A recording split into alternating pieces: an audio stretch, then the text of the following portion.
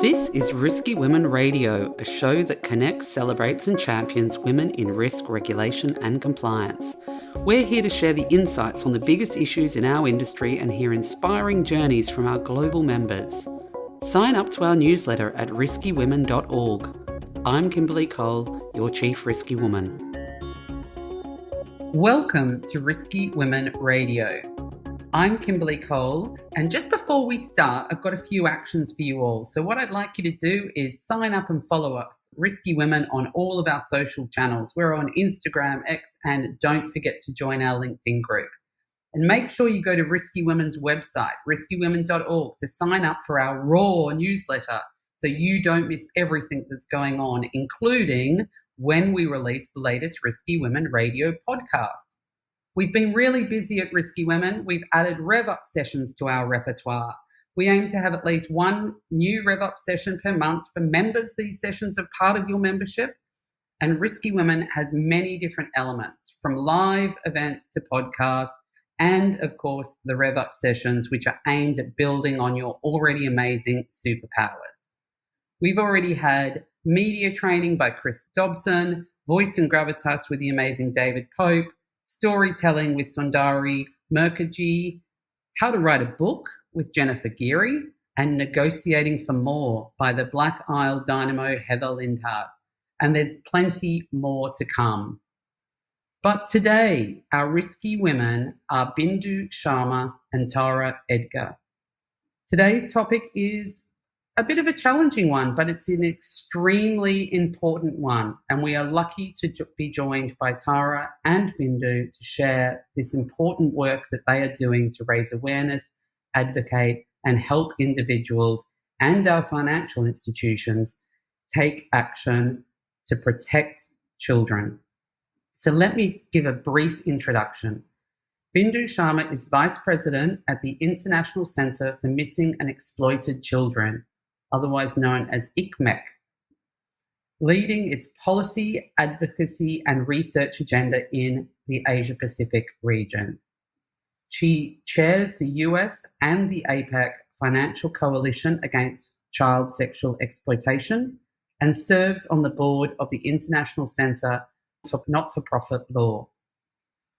Taura Edgar, who you may know as Risky Women's digital marketing lead, founded Talk Hong Kong, an NGO dedicated to preventing child sexual abuse. As a leading expert, she is driving awareness, evidence-based responses, and systemic change to better protect children in Hong Kong. So without further ado, let me introduce our experts. So Bindu, can you share the key milestones in your career so far that have led you to your current role? Certainly, Kimberley, and thank you to you and to Taura for having me on the Risky Women podcast. Straight out of college in India, I landed a job in the private sector as a management associate in a finance department of a chemical company, now which is part of the Jubilant Bhartiya Group in India. 3 years into that, I sought a career change and went back to school to get a master's in public policy and development at the Duke Sanford School of Public Policy. Since then, I've been in the development and policy space, first in the US and in the last 25 years in the APAC region. I've now been with ICMEC. It'll be 15 years. I came to ICMEC through sheer serendipity. When I was looking to get back into the workplace full-time after being with my girls at home for many years, I learned of the ICMEC opportunity. Reading up on ICMEC, my first reaction was, wow, this is a grim issue, and nearly did not go for that first meeting. But 15 years later, here I am, and have been with ICMEC based out of Singapore for the last 15 years. Well, that's an amazing journey. In your role at leading ICMEC's policy, advocacy and research agenda in the Asia-Pacific region, how are you navigating the complex and ever-growing landscape of financial crimes and child exploitation? Because we obviously are hearing more about those now in the press and other medium. Good question, Kimberley. Ever-growing or ever-evolving is the key word here. The crime of child sexual abuse and exploitation and the way it manifests itself in the online realm has evolved and unfortunately expanded over the years, as you say, ever-growing. When I first started 15 years ago, 2009, we were dealing with just child sexual abuse material. The sale, the exchange, the dissemination of CSAM. However, today the list is longer and growing. From just still images, we now have video recording, the live streaming of abuse on demand, which is completely paid for, enticement, grooming, coercion phenomena, which is now unfolding in the realm of financial extortion of victims with threats to share these images on social media, more commonly known as sextortion now in the financial crime community. And even more so now, we have generative AI that adds to the risks and threats to children online. Just using one statistic, in 2023, the National Center for Missing and Exploited Children, our sister organization in the US, and that runs a hotline called the Cyber Tip Line, they received 36.2 million reports of suspected child abuse, exploitation, grooming, solicitation in 2023, as against 17 million in 2019. So as you can see, a staggering doubling in just over 5 years. And in the financial landscape too, payment methods have proliferated. When we first launched the Financial Coalition Against Child Sexual Exploitation, the program that I lead, it was the traditional banking and payment gateways that were at risk. Now we see the whole range, in addition to traditional banks with their digital banking options, money service businesses, payment platforms, mobile payments, e-wallets, digital currencies, in-app payments, and more. So it is an ever-evolving and ever-growing landscape, and that's one of the biggest challenges one faces in trying to counter this crime. However, I would like to put in a plug-in now for the use of correct terminology. If you notice, I use child sexual abuse material and child sexual abuse and exploitation. Unfortunately, we often still hear the word child pornography. I do want to highlight that the child protection community has moved away from such terminology, even though world over, legislation still uses the same. Child sexual exploitation and abuse correctly conveys the gravity and the severity of the crime. Yes, these are images of crime scene snapshots. The use of the word child pornography normalizes the production and dissemination of such content, diminishes the gravity of, trivializing, or even legitimizing what is actually sexual abuse and exploitation of children. Thank you so much. I mean, a lot in there that you've just covered and some really shocking statistics. You actually chair the US and APAC Financial Coalition Against Child Sexual Exploitations, as I mentioned in your bio. Can you tell us more about the importance of that coalition and the impact it's making in combating the crimes against children? Certainly, Kimberley. As mentioned, with the proliferation of fintech, and mobile payments, there is today an interlinked marketplace, as I like to call it often, of payment options, where no one payment vertical sees the full transaction footprint, and therein lies the challenge, as each individual payment option or vertical only sees a fraction of the crime unfolding. Financial institutions recognize that combating child sexual exploitation payments requires collective action rather than independent efforts, where sharing information, trends, and best practices across the industry is key. The Financial Coalition Against Child Exploitation initiative is a facilitator, convener, and catalyst for just that kind of industry interaction and engagement. With ICMEC bringing in subject matter experts to enhance collective knowledge on the issue, enable industry to share insights and build capacity to better detect these transactions, and all the while safeguarding the confidentiality of information shared by participants. All our meetings are closed door by invitation only and follow the Chatham House rules. In addition to the plethora of payment systems I mentioned, the emergence of cryptocurrencies now poses an even more significant challenge. Blockchain technology is added to the complexity and challenges where often traditional methods of detection and reporting differ. And also, most recently, I've heard from law enforcement reporting that they have actually found child sexual abuse material being distributed via the blockchain too. So not only on the payment side, blockchain is now being abused and misused in the distribution and dissemination of it also. I think ICMEC's key value add is to make the cross-sector connections come to pass.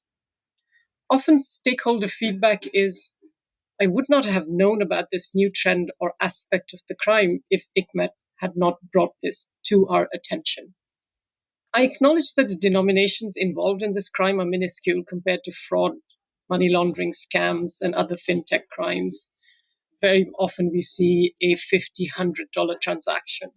So my underlying objective all these years has been to keep this issue on the radar screen of the financial industry.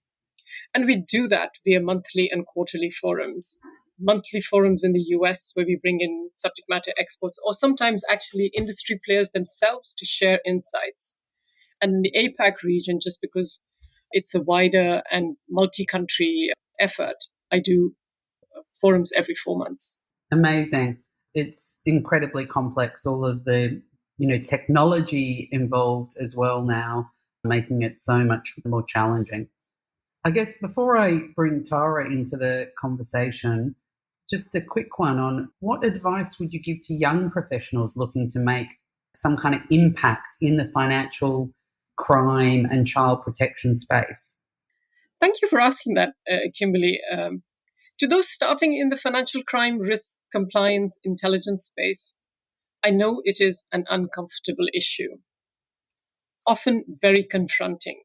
In fact, confronting is a word I often hear from our members, attendees, participants at forums I host. The new incoming batch of risky women, as I would use the forum's name, you need to move past that. I've often been told that coalition member knowledge about the issue is because of ICMEC's work. Financial industry executives have often said to me that they cannot research this topic on office computers as the search will not pass the firewalls.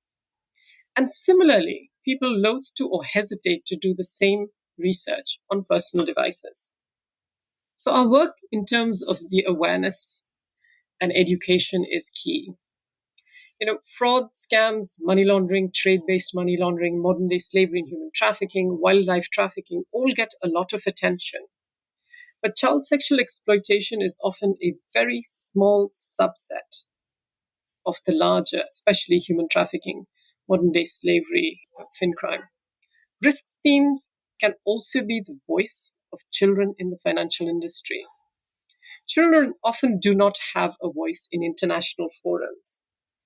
But by engaging with ICMEC's financial coalition efforts and other such efforts globally, I think the financial risk and compliance team are giving children a voice in policy making, policing, and more by kind of leaning in child protection.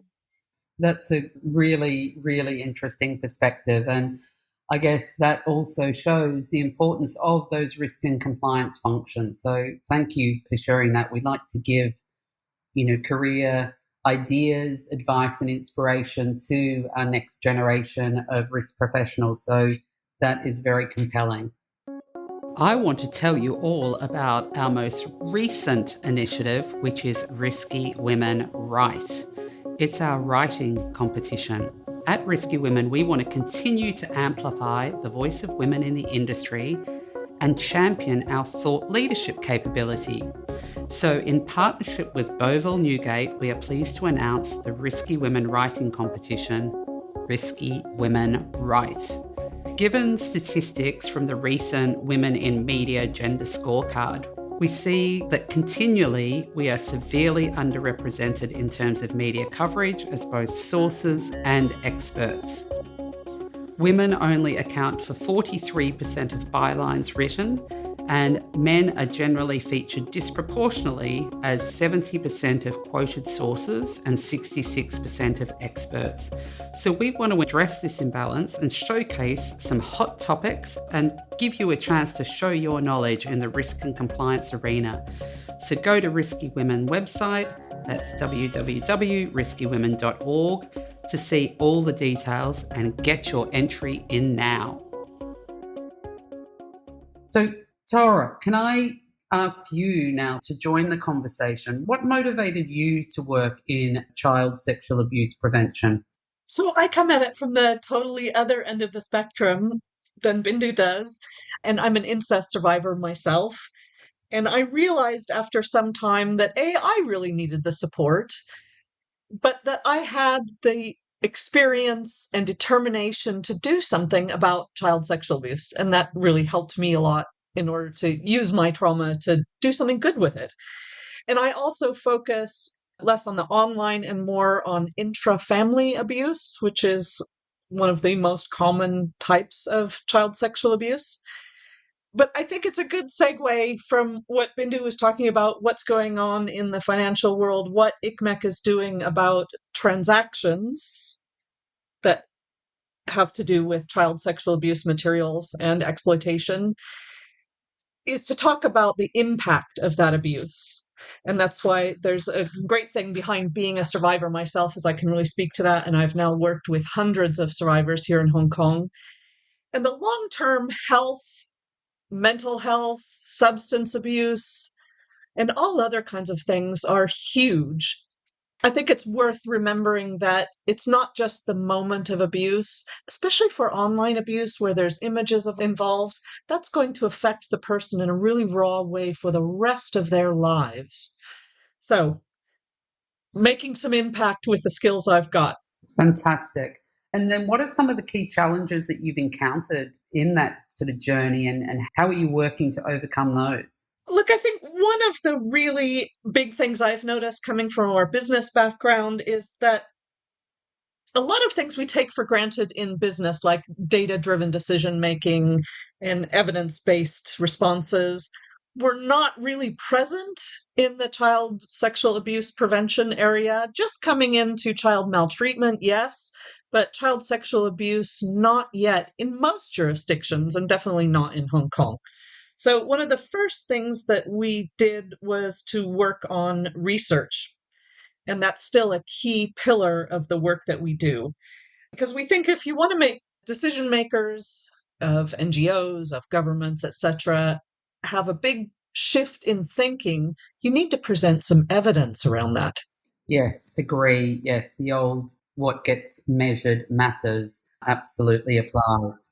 So, can you describe some of the work that your organisation is doing then to develop better systems and solutions to protect children from sexual abuse? Yeah, sure. Like I just mentioned, we're very serious about that key pillar of research, and we've produced a groundbreaking research here in Hong Kong looking at what do we know and don't know. And that all comes from the official data. And what we can see are there are quite a few gaps in the data, different departments using different definitions of abuse, even different ages for what a child is, because we have a very interesting legal structure here with regard to children in Hong Kong. But the next piece of research that we're looking for funding on, hint, hint to everyone out there, is the cost of CSA. I think that's going to be a really critical piece of research that will help motivate spending on prevention. And the cost of CSA means, what does it cost to our health system? What does it cost to our judicial system? What does it cost to employers when those survivors are adults taking time off of work for, issues that are those long-term health, mental health, and substance abuse difficulties that I mentioned before? I think being able to break those down is really meaningful. And it also means what it costs us, because that is all representing taxpayer money as well. We also do a lot of training for prevention. So primary prevention means stop it before it starts. I think in general, most people in public spheres and some professionals, frankly, don't know a lot about how abuse often happens, and they don't really take the power because they don't have the knowledge to prevent the children in their lives. Interesting, interesting. So lots of really good actions that you're taking and developing there, and love the research-based stuff, but obviously the education is key as well. And in the same kind of frame of giving ideas, inspiration for career ideas and change, what advice would you give for others sort of considering a career change and moving into something that's more mission driven, like child protection?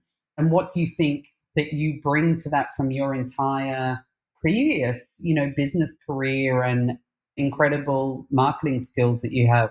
Well, imposter syndrome is not unknown, right? And I too had the, oh my God, am I the right person to do this? Thought at the beginning of this all. And in the end, in my particular situation, what I realized was there are not a bunch of experts working on this issue. And I do have, just from my own experience, some special skills. But I also have everything from bookkeeping to pitch decks. I have a lot of great experience in the business world that has helped me a lot to be an NGO leader. And I think that's something that everybody should keep in mind, that all of the work you do in your career can be used in other spheres, and it may be something that you use later to change someone else's life and even save their life. Fantastic. So let's come back to the topic and get into some more details. Taura, you mentioned the studies that you've been doing. So what do we know about child sexual abuse that might surprise our listeners? Sure. I'm going to give some Hong Kong statistics and some international statistics, but they're fairly similar everywhere. In our study, we were looking at child sexual abuse prevalence in Hong Kong. And here we are talking about mostly not online abuse because it's not well reported at all. It's very hard to track. We estimate 12% of kids under 18 experience some kind of sexual abuse. But I just saw a report from Australia that really recent, 2024, 28% of their population experiences some kind of sexual abuse. I also know recently there was a survey of secondary kids in Hong Kong about their online experiences, and 40% of secondary students in Hong Kong have been exposed to some kind of unwelcome sexual content or requests, whether that's on Instagram or somewhere else. We can also tell in Hong Kong, it's about 96% unreported. So the authorities never find out about it. 93% of abusers are boys and men. And I just hate to say it, but it seems to be the fact everywhere where research is being done. And it's increasingly boys. So peer-to-peer abuse, I'm talking about. And 72% of the known abused kids in Hong Kong knew their abuser. I think it will be even much higher than that if we could see more deeply into the statistics, which I hope we will be able to over time. Okay, that's really sobering statistics there. So Talk provides sexual abuse prevention training. And why do you focus on training adults? It's so funny. Usually when I tell people what I do, they say, "Oh, you work with kids." And I say, "No, I definitely don't work with kids because adults are responsible for children." And I think a lot of the focus in the recent decades even has been on teaching kids how to say no. And while I'm not saying that shouldn't happen, it absolutely should, it doesn't seem to have any change to the incidence or the reporting levels unless it's matched with parents in their lives also being educated and able to speak about keeping themselves safe. What are the main steps that adults can take to protect children? Look, I think silence has really been a big obstacle, and it's only helping offenders. It's the fact that we don't talk about it very much in any society, and definitely not here, is the main issue. So learn the facts. Learn about what it is and how it usually happens. I tend to see a lot of stranger danger mentality, when in fact, probably the most risky place is home and online. It's not stranger in the park. And you can't stop what you don't know about. So the next thing is, once you know that, minimize opportunity. Whether it's at home or school, and you don't have to be a parent. This can also be your neighbors, for example. There are ways you can minimize the opportunities for abuse. And for the common person, that might mean if you send your kid to a tutorial class, make sure that kid is never alone with an adult when they can't be observed. There has to be a window in the door, for just a really simple example. And I think that for the financial industry in particular, it means acknowledging that they have a role to play in reducing the ability for online abuse to take place. I know Bindu said that the transactions themselves can be very small. When you add it all up and you think about the long-term impact on such an epidemic proportion of human beings, it's a huge cost. The other thing I think that you should do in that learning is learn how to react responsibly. This is, again, not necessarily in the financial world, but just on a human level. If a child discloses to you, that might be the first time they've ever said it, and they will really look to you to see how you react, whether you are able to stay calm and believing and letting them tell you what they need to tell you. The more we talk about it, the better we'll all become at it. And if we're talking about these epidemic levels of incidents, it means you do know someone. So it is worth us all being prepared. Yeah, so basically minimize the opportunity, talk about it, and then react responsibly. Thank you. So Bindu, back to you. Can you tell us some more about the work that ICMEC has been doing in the financial industry in APAC over the past few years? Sure, Kimberley. And just listening to Taura just reminds me of how compelling the work we're doing and how necessary it is. In the region, the ICMEC's Financial Coalition Initiative, I would like to say, has put the role of the financial industry can play in countering child exploitation on the catalogue of solutions. In addition to an APAC regional forum, as I said, we also have country-specific forums in the Philippines and in New Zealand.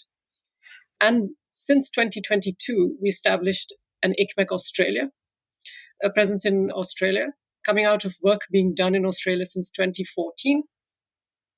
And the ICMEC Australia team is focused on collaborating with the financial institutions and is building data products that provide clues for suspected child sexual exploitation activities and transactions, as well as indicators in the access, possession, or distribution of child sexual abuse material. We hope these can then guide risk and AML teams to flag potential cases of child sexual abuse within their internal systems for reporting and actioning. I have also been managing both the US and the APAC efforts now for close to 2 years. And I'm working towards building greater synergy across our US, APAC, and country-specific efforts, because I think there's a lot of knowledge and insights that cuts across regions, and FIs would benefit from seeing how this crime is manifesting itself in different regions. So the focus really has been not only just country-specific and FI-focused, but also trying to build out a global knowledge base and insights. That sounds difficult, but obviously could be an absolute game changer. So it'd be interesting to hear if there's some best practices that you're already seeing. And I also wonder, are financial firms using or leveraging technology and data to help detect, prevent, and respond to instances of online child sexual exploitation and abuse? I mean, it often feels like the criminals are leaping ahead with their use of technology. Are we keeping up from a financial firm perspective? You're so right, Kimberley. The criminals are invariably a few steps ahead. But FIs are also now getting smarter and leveraging both technology and data. Risk and compliance teams, I'm sure you know, coming from that background, historically used the traditional rules-based transaction monitoring approach. FIs are, however, increasingly using an intelligence-led data analytics approach. So most FIs now are using a combination of both the old top-down rules-based approaches and the bottom-up intelligence-led data analytics approaches. And the intelligence-led data analytics really spearheads from the public-private partnerships. FIs have been establishing both with NGOs like us, as well as with law enforcement partners, to get better insights and trends and be in the know of how the crime is ever unfolding in real time. Open source intelligence is also slowly entering into the FI toolkit. Just recently, we had one of our stakeholders present their first time putting together a team, an OSINT team internally, to do some due diligence around online child exploitation with some great results.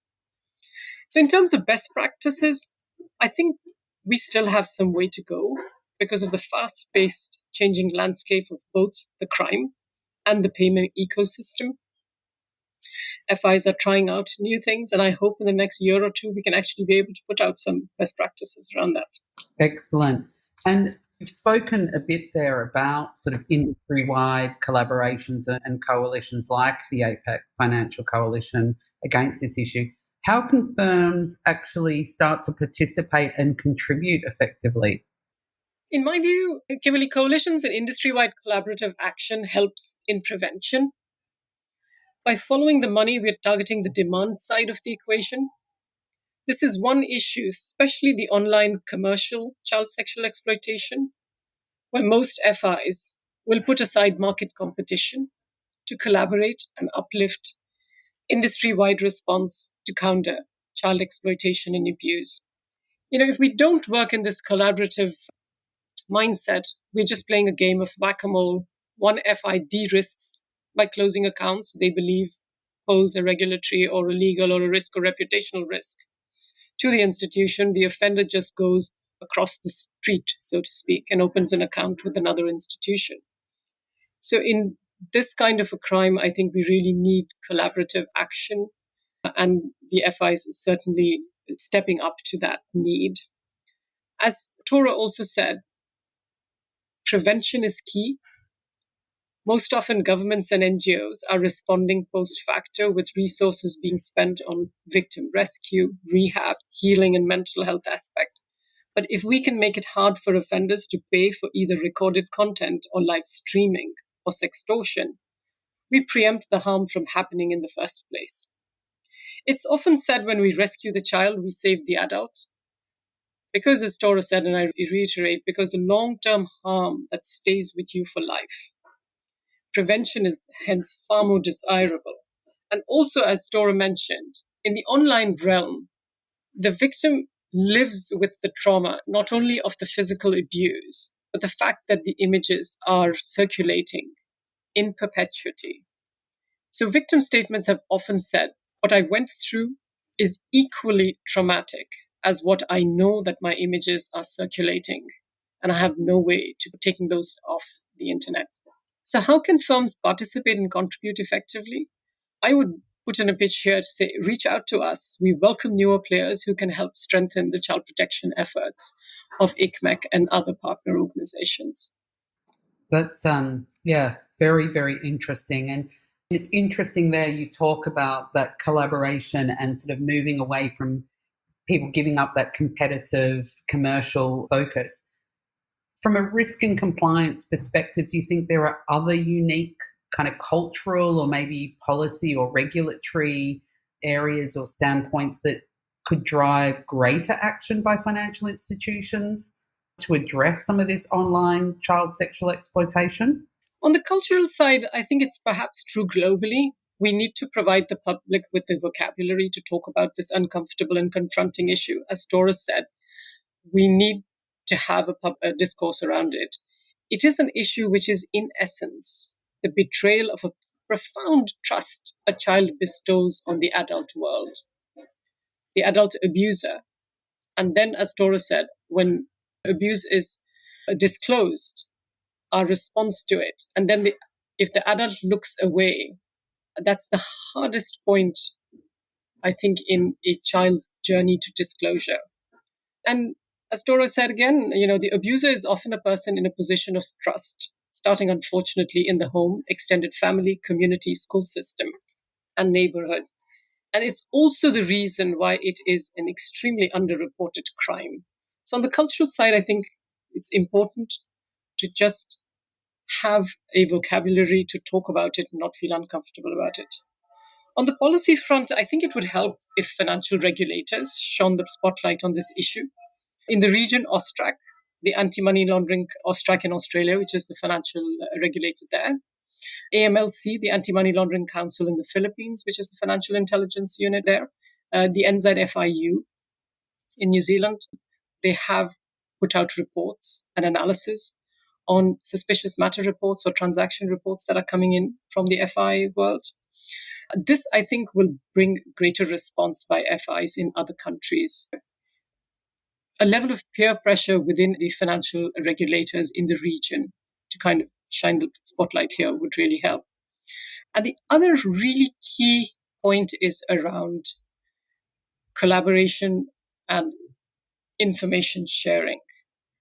Currently, I feel data privacy under money laundering laws, tipping off, and banking secrecy laws often hinder a level of cross-industry or cross-company partnering, collaboration and sharing. Within the legislative and regulatory framework, we can provide financial industry some kind of a sandbox to try out a few innovative and out-of-the-box ideas around tracking this crime and following the money. I think that would be a game changer. Yes, I think I have heard that as well in the modern day slavery agenda as well, that it's very difficult because of some of the existing data privacy and other restrictions on sharing information. Last question, but how do you see the balance of the competing priorities while trying to develop some of these robust prevention and response measures? I think especially in the case of child exploitation, as Taura's mentioned, and I've also said, the long-term impact, and as I said, and I repeat again, to save the child today, you're protecting the future adult. So this is a trauma and an experience that lives with you. And as Taura said, they're hoping to do research around the cost of child sexual abuse and the long-term impact and cost of it.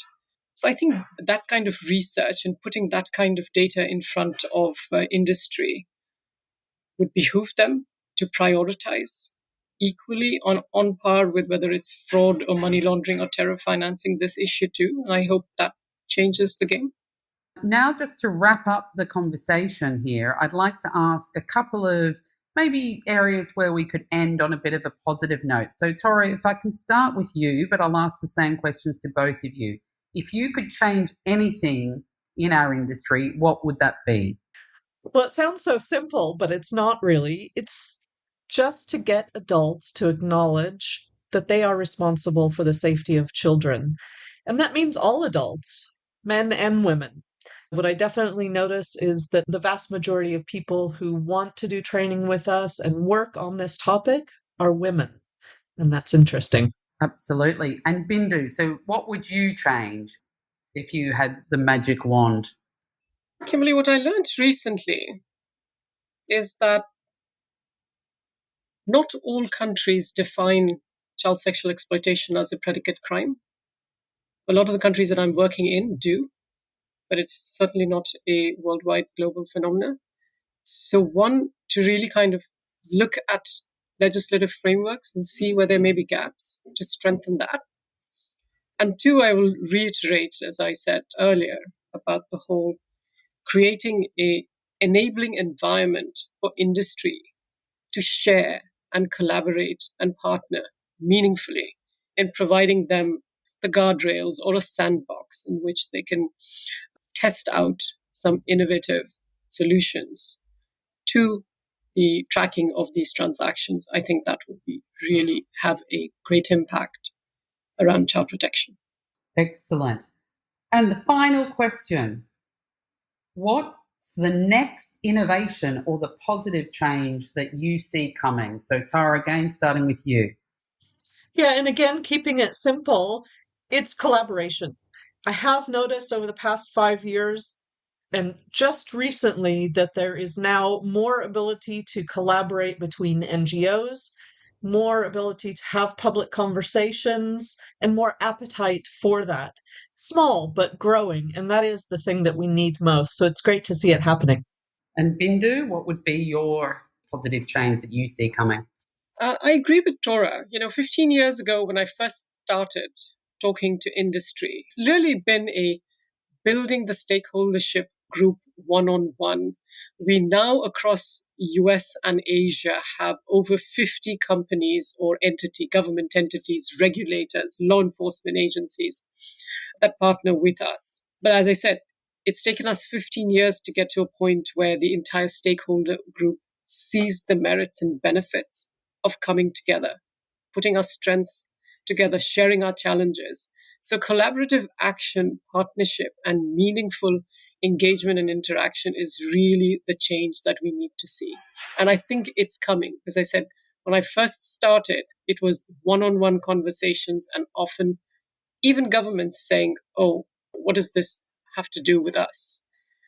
That stance has changed. So the mindset has changed too, in terms of their willingness to acknowledge the issue and then think through collective action.